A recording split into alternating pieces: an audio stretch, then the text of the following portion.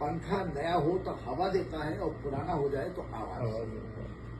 जमाने की हवा लग जाए तो बंदा खराब हो जाता है और पंखे की हवा जरूरत से ज्यादा लग जाए तो बीमार। बेल बॉटम के जमाने के पंखे और शक्ल के थे और आज सिर्फ बॉटम के जमाने के पंखे और। हजरत इंसान की तरह पंखों ने भी बहुत से बहरूप बदले हैं। पंखा, शौहर और बीवी सोते जागते साथ रहते हैं, मगर पंखा हमेशा सबको अपने नीचे या पहलू में रखता है, ऊपर आने नहीं देता।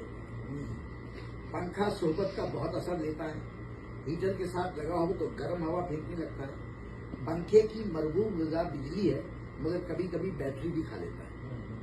गंजे और टोपी वाले पंखे को सेकुलर कहते हैं। ये जरा समझने वाली बात है कि गंजे और टोपी वाले पंखे को सेकुलर समझते हैं, उससे हमेशा फासला रखते हैं, उड़ा देता है।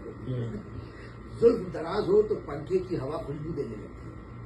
पंखे को अंग्रेजी में फैन कहते हैं और फैन को उर्दू में परिस्तार। आदमी मशहूर ही तब होता है जब वो अपने फैंस पैदा करते हैं। ये पैदाइश खानदानी मनसूबाबंदी को मुतासिर नहीं करती। आम आदमी पंखों के साथ लटका होता है और खास आदमी को उसके फैन उठाए लिए होते हैं। वाह वाह वाह।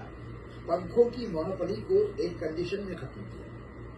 ये सीरत में पंखों से ज्यादा ठंडा है, मगर पंखा फिर भी